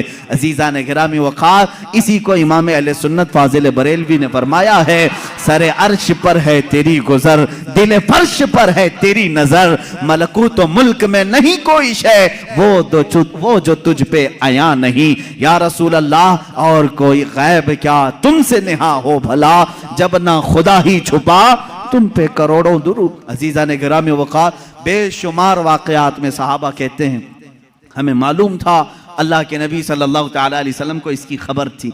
अब अपने बाद होने वाले हालात को जो हुजूर ने बयान किए, वो खुद एक अलग टॉपिक है। क़यामत की निशानियां, रसूल करीम सल्लल्लाहु ताला अलैहि वसल्लम ने क्या क्या नहीं बयान किया। एक सहाबी हजरत हुज़ैफा बिन यमान रदी अल्लाह ताला, ये एक ऐसे सहाबी हैं, ये इनकी खुसूसियत ये थी, हजरत उमर फारूक इनको देखते रहते थे।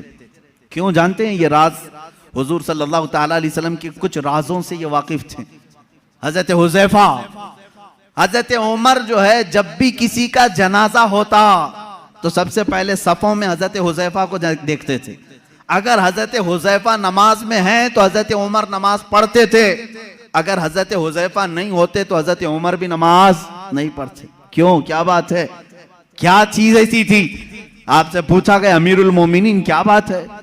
क्यों आप हुज़ैफा को तलाश करते हैं और जब हुज़ैफा जमात में हो तो आप नमाज पढ़ते हैं जनाजे की, वो ना हो तो नमाज जनाजा नहीं पढ़ते? बात यह है मेरे अजीजों, हजरत हुज़ैफा कहते हैं रसूल करीम सल्लल्लाहु ताला अलैहि वसल्लम ने उनको क़यामत तक आने वाले मुनाफिकीन का नाम के साथ बताया था। फला बिन फला मुनाफिक है, फला बिन फला मुनाफिक है, फला बिन फला मुनाफिक है। हजरत हुज़ैफा कहते हैं मैंने सब नाम याद रखे। हजरत उमर कहते हैं ये राज़े रसूल के जानकार थे और ये जानते थे कि कौन मरा है, मोमिन मरा है कि मुनाफिक मरा है। हजरत हुज़ैफा जिस जनाजे में शरीक होते, हजरत उमर कहते मोमिन का जनाजा गया, जहां नहीं होते वो खुद ही दूर हट जाते। हजरत हुज़ैफा नहीं है इसका मतलब है दाल में कुछ काला जरूर है। मेरे अजीजों, हुजूर अकरम सल्लल्लाहु ताला अलैहि वसल्लम ने उन्हें नाम के साथ बताया था। क्या ये गैब की खबर नहीं है? ये गैब की खबर नहीं है किसके दिल में क्या छुपा है? ईमान और निफाक तो ये दिल की कैफियत का नाम है। हुजूर अकरम सल्लल्लाहु ताला अलैहि वसल्लम नमाज की हालत में हो और सहाबा इकराम पीछे नमाज पढ़ रहे हो, तब भी हुजूर फरमाते हैं तुम्हारे रुकू और सजदे भी मुझसे छुपे हुए नहीं, तुम अपने दिलों में जो सोचते हो वो भी खबरें अल्लाह ताला मुझ पर मुनकशिफ फरमाता है। अब हजरत हुज़ैफा रज़ियल्लाहु ताला अन्हु फरमाते हैं, वही हदीस सुन लें। हुजूर अकरम सल्लल्लाहु ताला अलैहि वसल्लम एक दिन अपने हुजरे से बाहर आए, मिंबर पर खड़े हो गए, फज्र की नमाज पढ़ाकर मिंबर पर खड़े हो गए, खुतबा देते रहे, खुतबा देते रहे। हजरत हुज़ैफा कहते हैं जोहर की अजान हो गई, जोहर तक जोहर की नमाज पढ़ाई। हुजूर पाक सल्लल्लाहु अलैहि वसल्लम फिर मिंबर पर चढ़े, खुतबा देते रहे, असर हो गई। असर के बाद फिर खुतबा दिया, मगरिब हो गई। मगरिब के बाद फिर खुतबा दिया, इशा हो गई। इतना लंबा खुतबा पूरी जिंदगी पाक में कभी नहीं था। हजरत हुज़ैफा रज़ियल्लाहु ताला अन्हु इस हदीस के रावी फरमाते हैं ये वो दिन था जब मैं तन्हा नहीं और भी सहाबा थे। अल्लाह के नबी सल्लल्लाहु ताला अलैहि वसल्लम ने अपनी वफात के बाद से लेकर क़यामत तक आने वाले हर फितने को हुजूर ने खुतबे में बयान किया। और हुजूर हजरत हुज़ैफा फरमाते हैं इतने फितने, कौन किस फितने का बानी होगा, कौन फाउंडर होगा, कौन कौन सी जमातें तश्कील पाएंगी, कितने फिरके बनेंगे और फिरके का फाउंडर कौन होगा, उसके नाम के साथ हजरत हुज़ैफा कहते हैं 300 फितनों के बानियों के नाम तो मुझे याद हैं। हुजूर सल्लल्लाहु ताला अलैहि वसल्लम मिंबर पर बयान कर रहे हैं। और एक हदीस हजरत अबू हुरैरा से, हुजूर सल्लल्लाहु ताला अलैहि वसल्लम अपने हाथ में 2 किताबें लिए हुए थे। पूछा हजरत अबू हुरैरा ने क्या है? हुजूर ने फरमाया ये एक है, ये एक है, इसमें सारे जन्नतियों के नाम है, इसमें सारे जहन्नमियों के नाम। इसकी भी खबर अल्लाह ने रसूल पाक को अता की थी। अब कौन कौन सी चीजों को तुम निकालोगे कि ये नहीं जानते थे, वो नहीं जानते थे, कौन जन्नती है और कौन दोज़खी है, इसकी खबर भी मेरे आका सल्लल्लाहु ताला अलैहि वसल्लम अता फरमा रहे हैं। बल्कि जन्नत के अंदर पहुंचने वालों की खबरें, दोज़ख में कौन कौन जाएगा उनकी खबरें, कब्रों के मुतालिक, यहाँ तक कि एक हदीस पाक है हुजूर सल्लल्लाहु ताला अलैहि वसल्लम गुजर रहे थे, एक जगह कब्रस्तान के खड़े हो गए और आपने एक बेरी के दरख्त की टहनी शाख को तोड़कर उन कब्रों पर लगाया। हरे हरे पत्ते थे। सहाबा ने पूछा या रसूल अल्लाह सल्लल्लाहु ताला अलैहि वसल्लम क्या बात है, आपने ये पत्तों को इनकी कब्रों पर रखा, यहीं से फूल चढ़ाने का सबूत भी हमें मिलता है। हुजूर पाक सल्लल्लाहु ताला अलैहि वसल्लम ने हरी भरी टहनियां लगाई।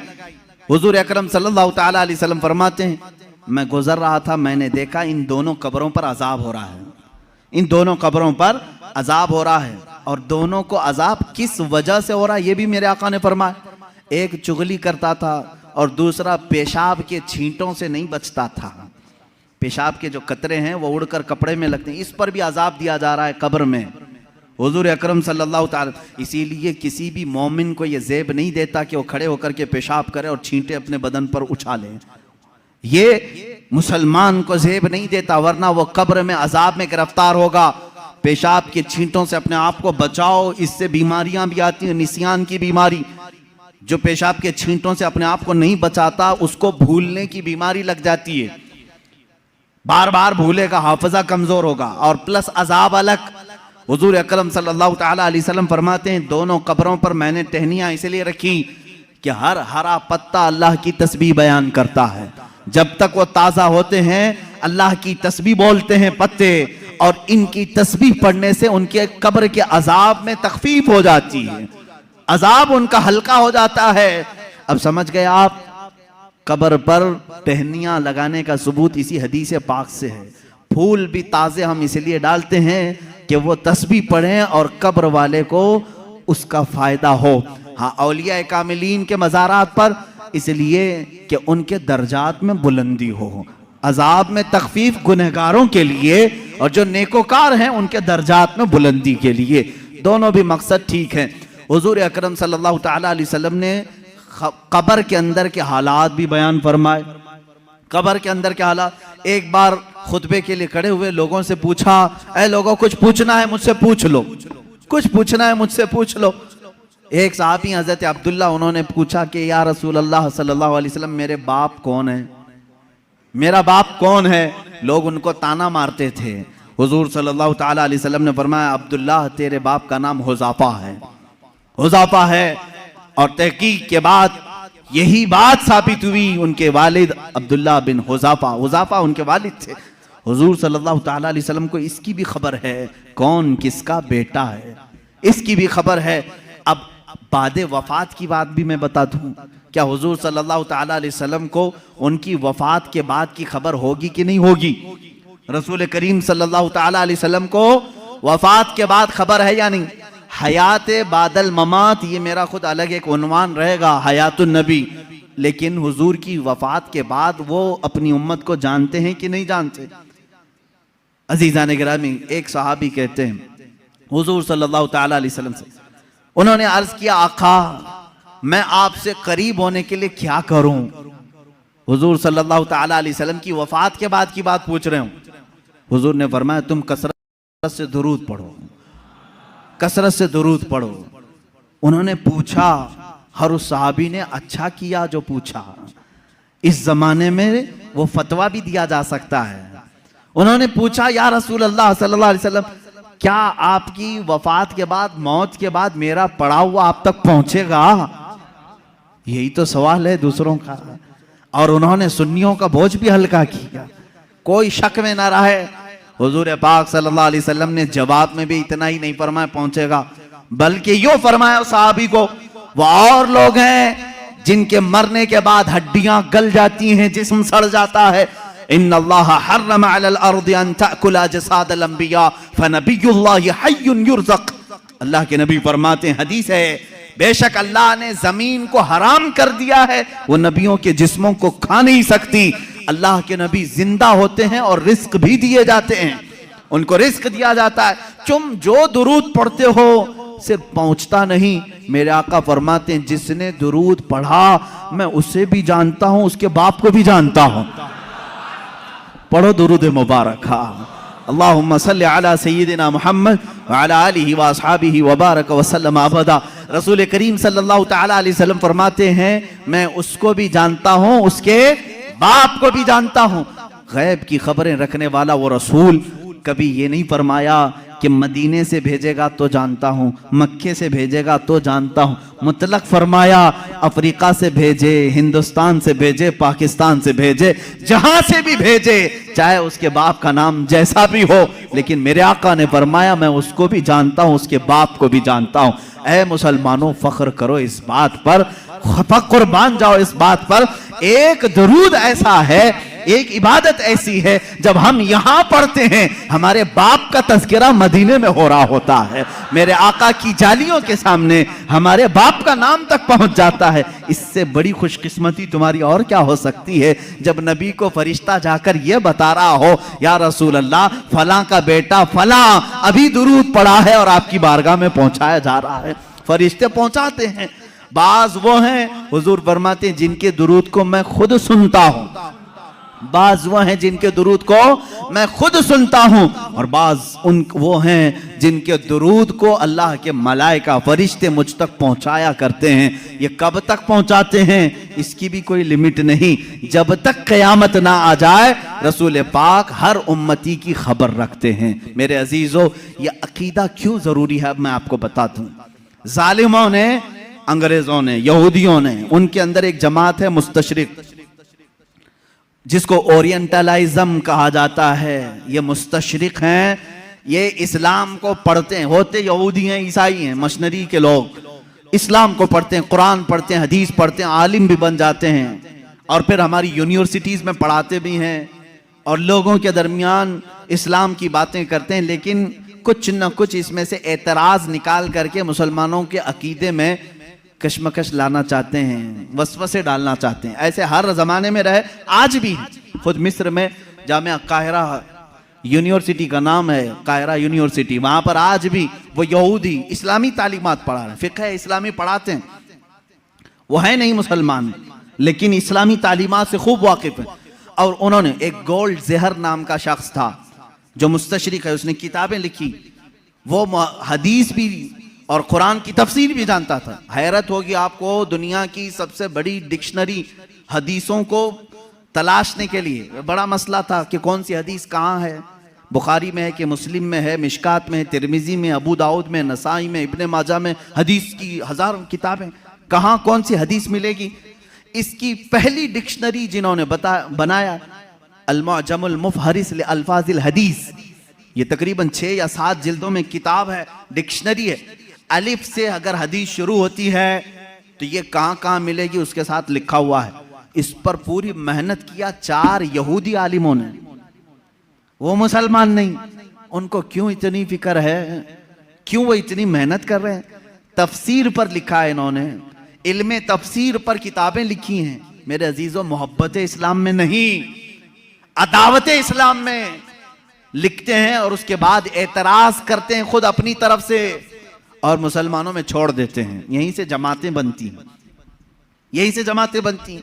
इनके जो शागिर्द हैं मुस्तशरिकीन के, वो मॉडर्न ख्याल बन करके मुसलमानों में आते हैं और नई नई बातें ले आते हैं। मोहम्मद बिन अब्दुल वहाब नजदी, जो सबसे पहले अपने नए अकायद को सऊदी अरब में पेश किया, इनके उस्ताद कौन कौन थे जरा आप मुझे बताओ, कहां कहां पढ़े थे? उस्ताद से मुतासिर होकर के आए।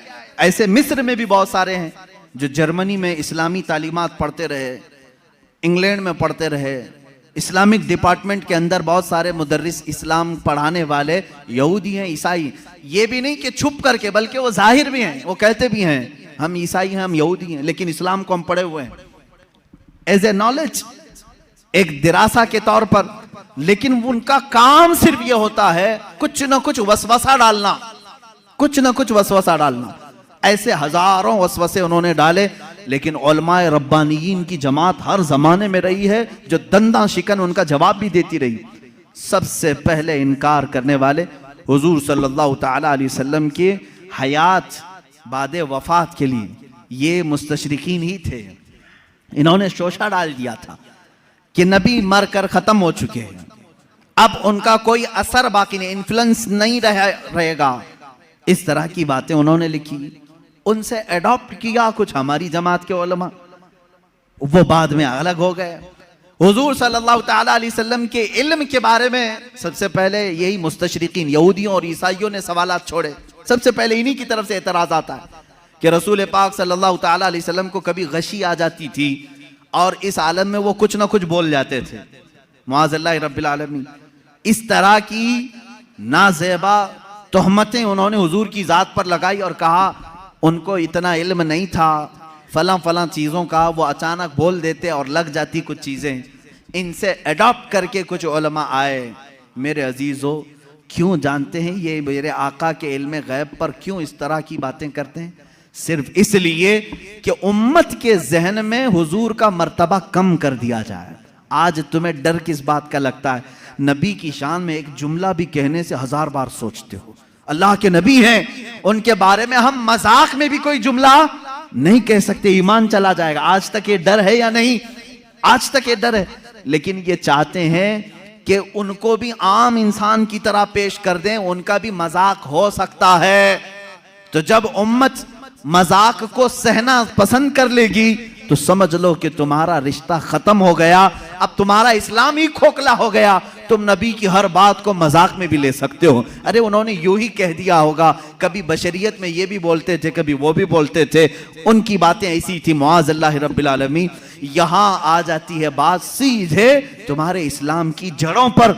इसलिए इसको इतना हल्का मत समझना। इल्म गैब पर डिस्कस करने वालों को मैं ये कहता हूं, ऐ नौजवानों, तुम्हारी ये फील्ड नहीं है, तुम्हारा ये मैदान नहीं है, मुनाजरे करना तुम्हारा काम नहीं है। बस इतना तुम अकीदा रखो, हम इस मसले में कोई गुफ्तगू नहीं करना चाहते। मेरे रसूल को इतना इल्म था जितना मेरे मौला ने दिया था।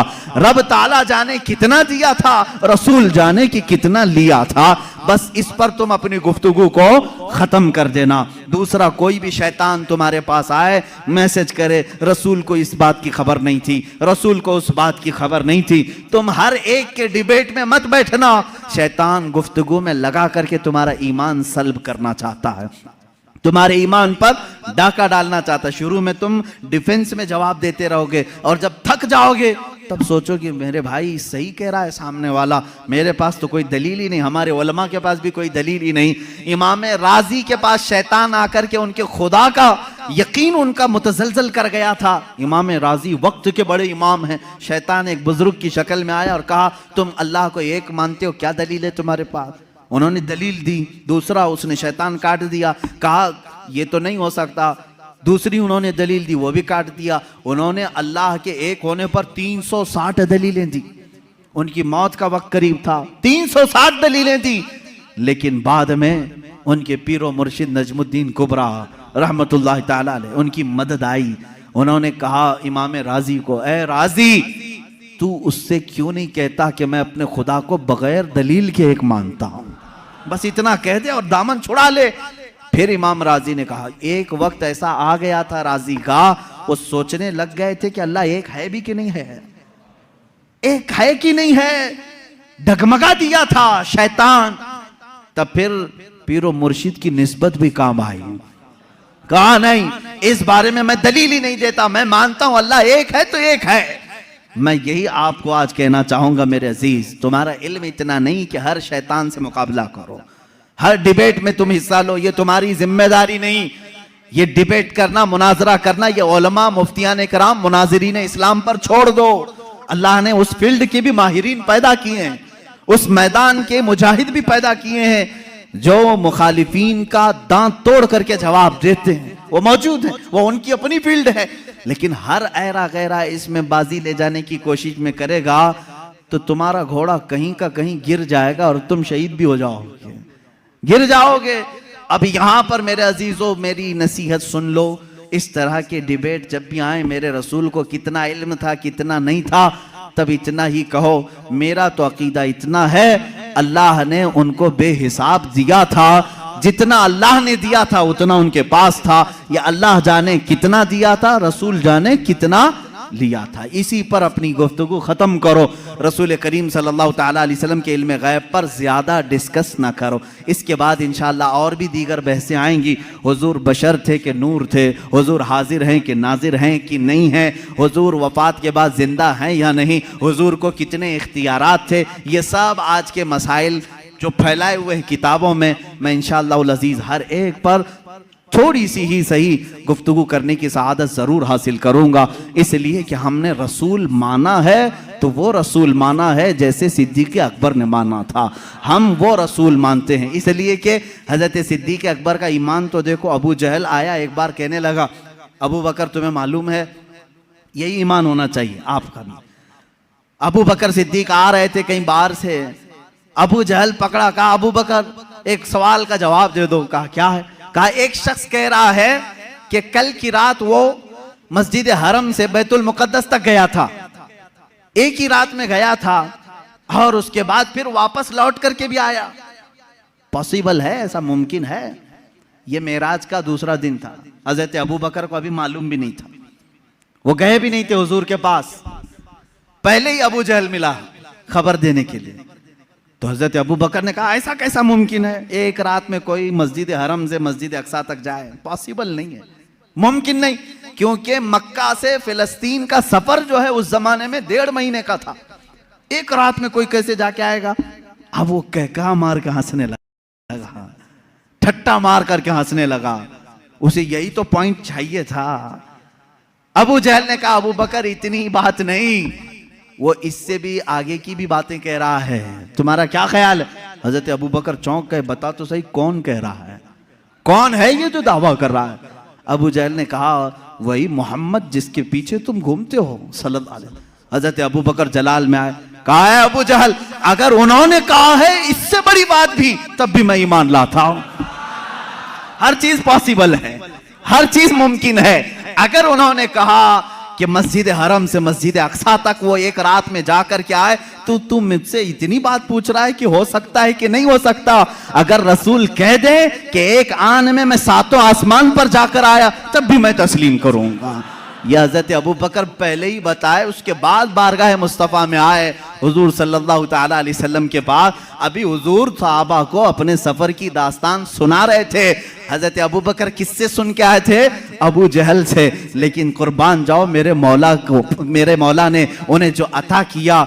हजरत अबू बकर जैसे ही आए, हुजूर ने मुस्कुरा करके कहा, ए अबू बकर, जिब्राइल आए थे अल्लाह की तरफ से, तुम्हारे लिए एक लक़ब लेकर के आए हैं। कहा या रसूल अल्लाह क्या है? कहते अल्लाह ने आज से अबू बकर को सिद्दीक कहा है।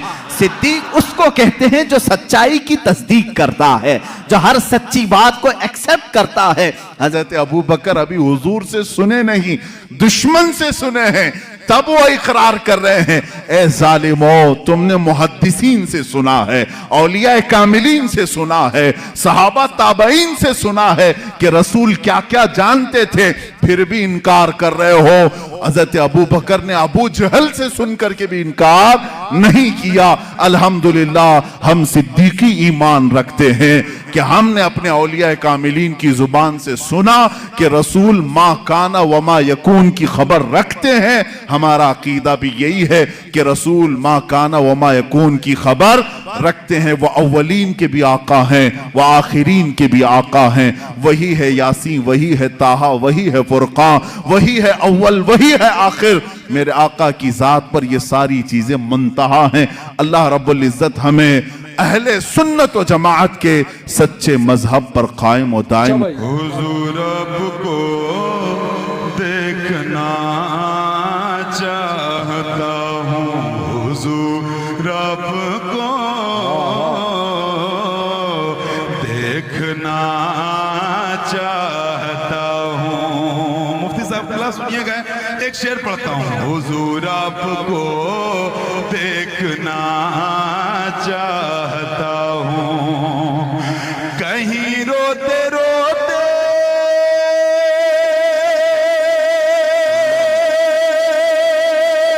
ना बहे जाए आंखें।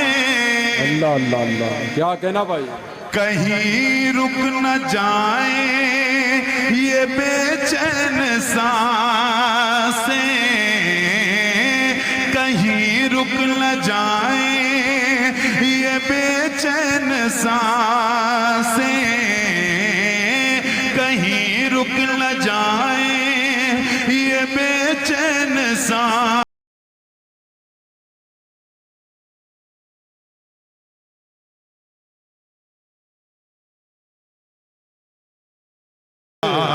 हुजूर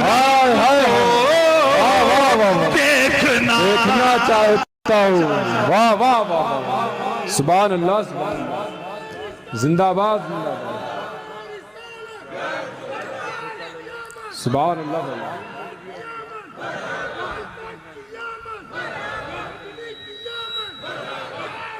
शुक्रिया।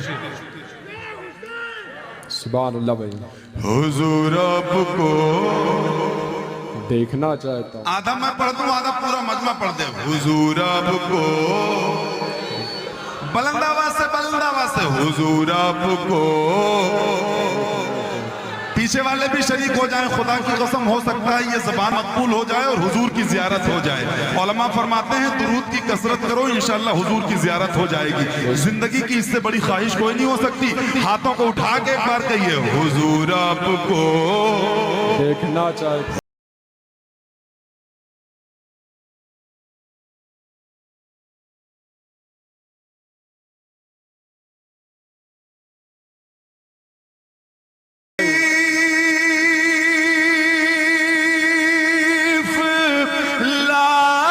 लाओगे कहना भाई। ईमान है, अकीदा है। क्या? सरे हशर तशरी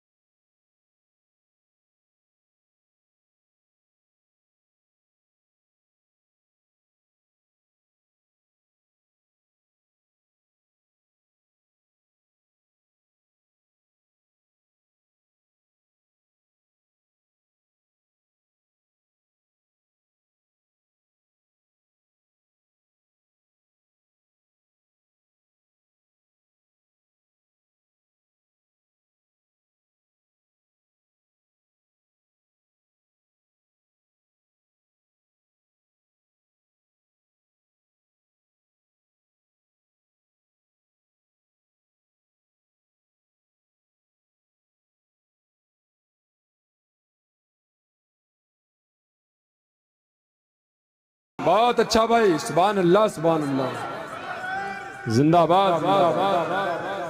बहुत अच्छा कलाम भाई, सुभान अल्लाह, जिंदाबाद जिंदाबाद।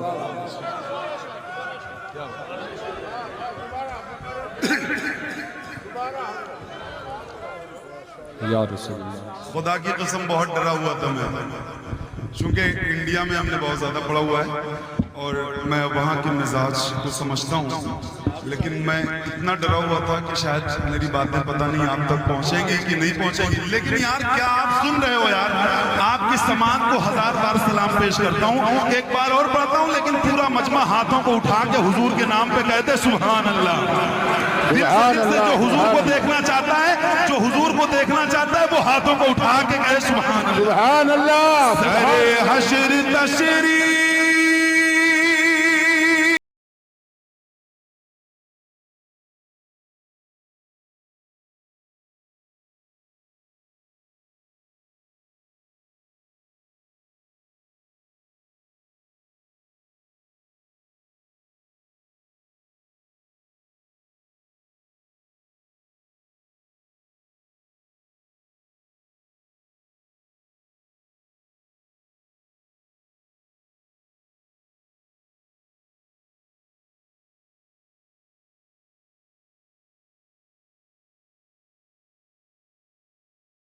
नारे तकबीर, नारे तकबीर, नारे रिसालत, नारे रिसालत।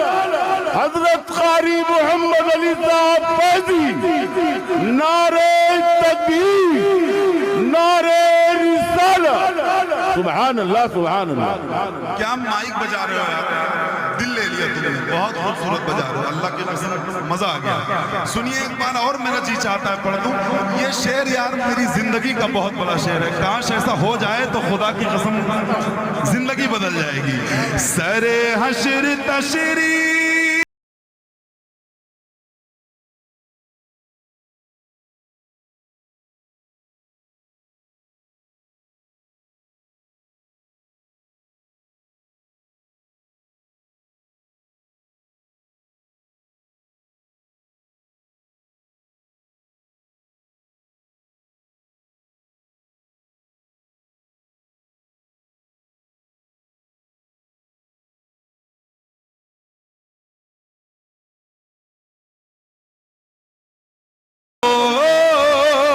देखना हुजूर आपको देखना चाहता हूँ, हुजूर आपको देखना चाहता हूँ। एक शेर और पढ़ता हूँ, अहले नेपाल की नज़्म नात का बहुत खूबसूरत शेर। हुजूर आपको देखना चाहता हूँ। अरे बोलिए ना भाई, बोलिए बोलिए, बहुत जल्दी बोलिए। हुजूर आपको देखना चाहता हूँ। दिल से बोलिए, हुजूर आपको देखना चाहता हूँ। हुजूर आपको देखना चाहता हूँ। निगाहों को कासा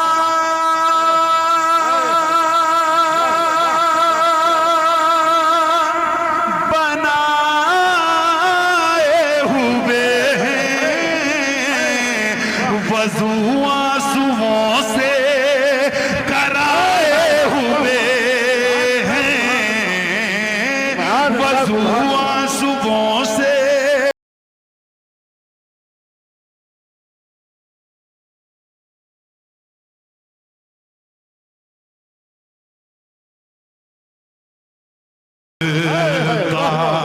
हुजूर आपको देखना। नारे तकबीर, नारे रिसालत, नारे रिसालत, मसलके आला हजरत, मसलके आला हजरत, मसलके आला हजरत, जिंदाबाद, मसलके आला हजरत, जिंदाबाद, मौक़िफ़े ताजुश शरिया, जिंदाबाद, मौक़िफ़े ताजुश शरिया, मौक़िफ़े ताजुश शरिया।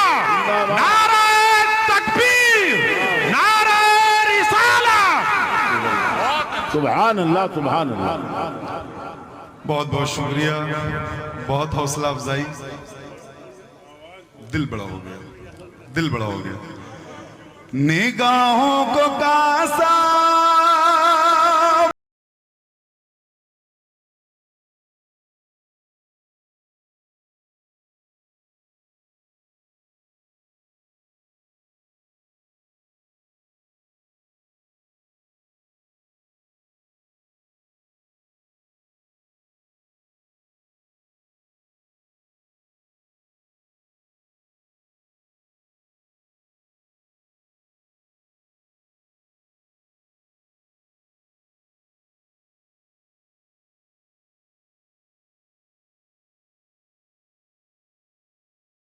अल्लाह, सुभान